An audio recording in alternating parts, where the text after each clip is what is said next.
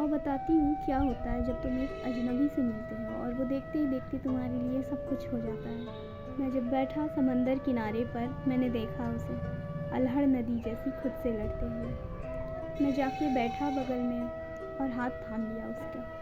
वो मुझे नहीं जानती थी पर मेरा साथ पहचानती थी। मैंने पूछा उससे उसका दर्द और सुनाया अपना भी। वो मुझे नहीं जानती थी पर मेरे दर्द को पहचानती थी। फिर हम उठे और साथ चले, बस 4 कदम। वो मुझे नहीं जानती थी पर मेरे साथ चलना जानती थी। 4 कदम चलने के बाद जब पलट कर आँखों में आंसू भरकर उसे देखा तो मैंने उसकी आंखों में भी आंसू देखा। वो मुझे नहीं जानती थी पर मेरे आंसुओं को पहचानती थी।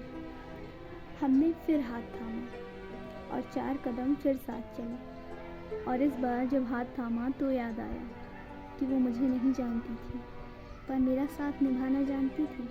मेरे मन में उठ रहे तूफान को जब उससे पहली नज़र की प्रेम की उम्मीद दिखी तो मैंने उससे पूछ लिया, आखिर कारण क्या है मुझसे इस विश्वास की डोर का।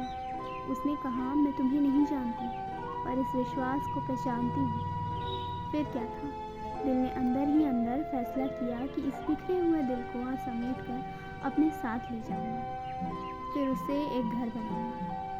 ये सोच के 4 कदम और चले। फिर उसने पूछा, कौन हो तुम?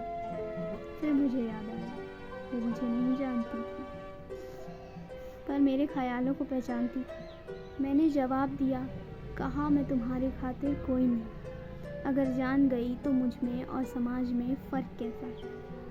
इतना कह के मैं फिर आगे बढ़ी मगर इस बार उसने मेरा हाथ छोड़ दिया और बोली, मैं तुम्हें नहीं जानती पर समाज के बंधनों को पहचानती हूँ। मैं इस बार 4 कदम पीछे बढ़ा, फिर उसका हाथ थामा और आगे बढ़ते हुए उससे कहा, मैं शायर हूँ, झूठ बोलता हूँ। उसने कहा, मैं तुम्हें नहीं जानती पर तुम्हारे झूठ को पहचानती हूँ। फिर चलते चलते कहा उससे, मेरी कविताओं में एक टूटे हुए आशिक का जिक्र होता है, उन्हें कोई नहीं पढ़ता और तुम तो मुझे नहीं जानती, मेरे शब्दों को कैसे पहचानोगे। खैर छोड़ो, कभी हीर और रांझे की कहानी सुनी है? वो बोली, मैं कविताएं भले ही ना समझूं और तुम्हारे मन के भाव समझती हूँ। और मैं हीर और रांझे को भी नहीं जानती पर मैं प्यार करना जानती हूँ।